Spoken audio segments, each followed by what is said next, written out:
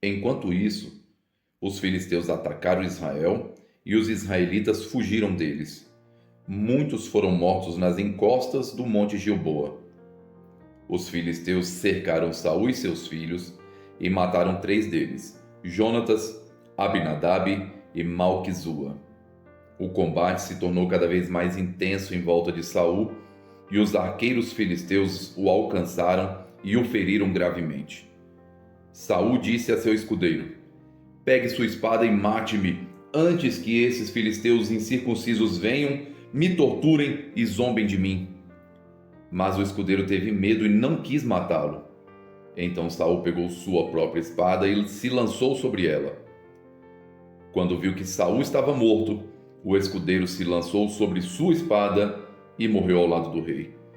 Foi assim que Saul e seus 3 filhos, seu escudeiro e seus soldados morreram juntos naquele mesmo dia.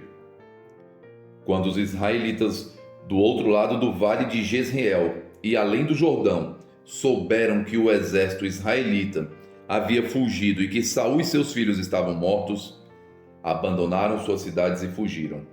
Então os filisteus vieram e ocuparam essas cidades. No dia seguinte, quando os filisteus foram saquear os mortos, encontraram os corpos de Saul e seus 3 filhos no monte Gilboa. Cortaram a cabeça de Saul e removeram sua armadura. Então anunciaram o ocorrido no templo de seus ídolos e ao povo de toda a terra da Filístia. Colocaram a armadura de Saul no templo de Astarote e penduraram o corpo no muro da cidade de Bet-sean. Quando os habitantes de Jabes de Gileade souberam que os filisteus haviam feito a Saul, todos os seus guerreiros mais valentes viajaram a noite toda para Bet-sean e baixaram do muro os corpos de Saul e seus filhos. Levaram os corpos para Jabes, onde os queimaram. Depois, enterraram os ossos debaixo de uma tamargueira em Jabes e jejuaram durante 7 dias. Depois da morte de Saul, Davi retornou de sua vitória sobre os amalequitas e passou 2 dias em Ziclag. No 3º dia, apareceu um homem do exército de Saul. Ele havia rasgado as roupas e colocado terra sobre a cabeça. Ao chegar, curvou-se diante de Davi com o rosto no chão. De onde você vem? Perguntou Davi. O homem respondeu: Escapei do acampamento israelita. O que aconteceu? Disse Davi. Conte-me como foi a batalha. Todo o nosso exército fugiu do conflito, disse o homem. Muitos morreram e Saul e seu filho Jonatas também estão mortos. Como você sabe que Saul e Jonatas estão mortos? Perguntou Davi. O homem respondeu: Aconteceu de eu chegar ao monte Gilboa e ver Saul apoiado em sua lança, enquanto os carros de guerra e os cavaleiros inimigos se aproximavam dele. Quando ele se virou e me viu, gritou para que eu me aproximasse dele. Aqui estou, Senhor, eu lhe disse. Ele perguntou: Quem é você? E eu respondi: Sou amalequita.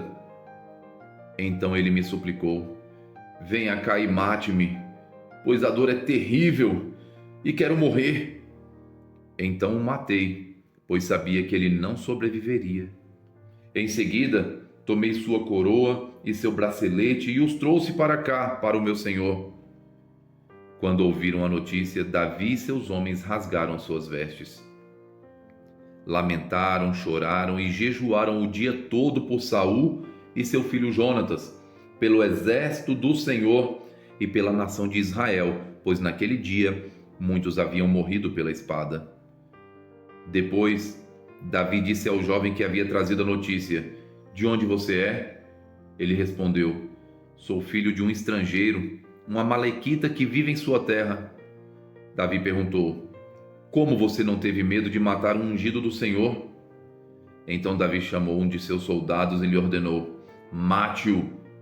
O soldado feriu o amalequita com sua espada e o matou. Davi disse: Você condenou a si mesmo ao confessar que matou o ungido do Senhor. Davi entoou uma canção fúnebre para Saul e Jonatas e ordenou que fosse ensinada ao povo de Judá. Ela é conhecida como Cântico do Arco e está registrada no livro de Jazar. Seu esplendor, ó Israel, está morto sobre os montes, como caíram os valentes. Não contem essa história em Gate, não a proclamem nas ruas de Asquelon, para que não se alegrem as filhas dos filisteus, para que as filhas dos incircuncisos não festejem em triunfo. Ó montes de Gilboa, que não haja orvalho nem chuva sobre vocês, nem campos férteis que produzam ofertas de cereais, pois ali foram profanados os escudos dos valentes. O escudo de Saul não será mais ungido com óleo. O arco de Jonatas não recuava, e a espada de Saul era invencível. Derramaram o sangue de seus inimigos e atravessaram o corpo de guerreiros. Quão amados e estimados eram Saul e Jonatas. Estiveram juntos na vida e na morte. Eram mais velozes que as águias, mais fortes que os leões. Ó filhas de Israel, chorem por Saul, pois ele as vestia com finos trajes vermelhos, com roupas adornadas de ouro. Como caíram os valentes na batalha! Jonatas está morto sobre os montes. Como choro por você, meu irmão Jonatas! Quanto eu o estimava! Seu amor por mim era precioso, mais que o amor das mulheres. Como caíram os valentes! Estão mortos, despojados de suas armas. Depois disso, Davi perguntou ao Senhor: Devo voltar para alguma das cidades de Judá? Sim, respondeu o Senhor. Então Davi perguntou: Para que cidade devo ir? Para Hebrom, disse o Senhor. Então Davi partiu com suas 2 esposas, Ainoã de Jezreel e Abigail, a viúva de Nabal do Carmelo, e também os homens que o acompanhavam e suas famílias. Eles se estabeleceram nos povoados vizinhos a Hebrom. Então vieram os homens de Judá e ungiram Davi rei do povo de Judá. Quando Davi soube que os moradores de Jabes de Gileade haviam sepultado Saul, enviou-lhes a seguinte mensagem: Que o Senhor os abençoe por terem sido tão fiéis a Saul, seu senhor, e lhe terem dado um sepultamento digno. Que em troca o Senhor seja fiel a vocês e os recompense com sua bondade. E eu também os recompensarei pelo que fizeram. Agora que Saul está morto, peço que continuem a ser fortes e corajosos e saibam que o povo de Judá me ungiu para ser o seu novo rei. Contudo, Abner, filho de Ner, comandante do exército de Saul, já havia levado Isbosete, filho de Saul, para Manaim. Ali, proclamou Isbosete rei sobre Gileade, Jezreel, Efraim, Benjamim e sobre a terra dos Assuritas e todo o restante de Israel. Isbosete, filho de Saul, tinha 40 anos quando começou a reinar sobre Israel e reinou por 2 anos. Enquanto isso, o povo de Judá permaneceu leal a Davi, que fez de Hebrom sua capital e reinou sobre Judá por 7 anos e meio. Certo dia, Abner, filho de Ner, conduziu as tropas de Isbosete, filho de Saul, de Maanaim para Gibeon. Ao mesmo tempo, Joabe, filho de Zeruia, saiu com as tropas de Davi e foi ao encontro deles na represa de Gibeon, onde os 2 exércitos ficaram frente a frente, posicionando-se em lados opostos da represa. Então Abner disse a Joabe: Proponho que alguns dos nossos guerreiros lutem em confronto direto diante de nós. Está bem, respondeu Joabe. Então foram escolhidos 12 soldados de Benjamim para representar Isbosete, filho de Saul, e 12 soldados para representar Davi. Cada um agarrou seu adversário pela cabeça e cravou a espada um no lado do outro, e todos morreram juntos. Por isso, desde então, esse lugar em Gibeon é conhecido como Elcate Azurim. Seguiu-se nesse dia uma violenta batalha na qual Abner e os homens de Israel foram derrotados pelos soldados de Davi. Joabe, Abisai e Asael Os 3 filhos de Zeruia participaram da batalha nesse dia. Azael, que era rápido como uma gazela, começou a perseguir Abner.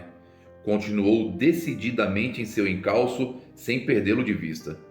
Quando Abner olhou para trás e viu que ele se aproximava, perguntou: "É você, Azael?" "Saia do meu encalço", disse Abner. "Enfrente um dos soldados mais jovens e tome suas armas." Mas Azael continuou a persegui-lo. Mais uma vez Abner o advertiu: "Pare de me perseguir, não quero matá-lo. Como poderia encarar seu irmão Joabe?" Azael, porém, se recusou a dar meia volta, e Abner lhe cravou no estômago a parte de trás da lança, que saiu pelas costas. Azael caiu morto no chão, e todos que passavam por ali paravam ao ver Azael caído e morto. Então Joabe e Abisai saíram em perseguição a Abner. O sol estava se pondo quando chegaram ao monte Amá, perto de Gia, no caminho para o deserto de Gibeon. Os soldados de Abner, da tribo de Benjamim, se reuniram no alto do monte para resistir ao ataque. Então Abner gritou para Joabe: "Será que não há como evitar matarmos uns aos outros? Não vê que isso só resultará em amargura? Quando você vai ordenar que seus homens parem de perseguir seus irmãos israelitas?" Joabe respondeu: "Só Deus sabe o que teria acontecido se você não tivesse falado, pois se fosse preciso, nós os teríamos perseguido a noite toda." Então Joabe tocou a trombeta e seus homens pararam de perseguir os soldados de Israel, e a batalha cessou. Durante toda aquela noite, Abner e seus homens recuaram pelo vale do Jordão, atravessaram o rio, marcharam a manhã inteira e só pararam quando chegaram a Maanaim. Enquanto isso, Joabe e seus homens também voltaram da perseguição a Abner. Quando Joabe fez a contagem, viu que faltava apenas 12 homens, além de Azael. Os soldados de Davi, por sua vez, haviam matado 360 homens da tribo de Benjamim e dos demais soldados de Abner. Joabe e seus homens levaram o corpo de Azael para Belém e o sepultaram no túmulo de seu pai. Então caminharam a noite toda e chegaram a Hebrom ao amanhecer.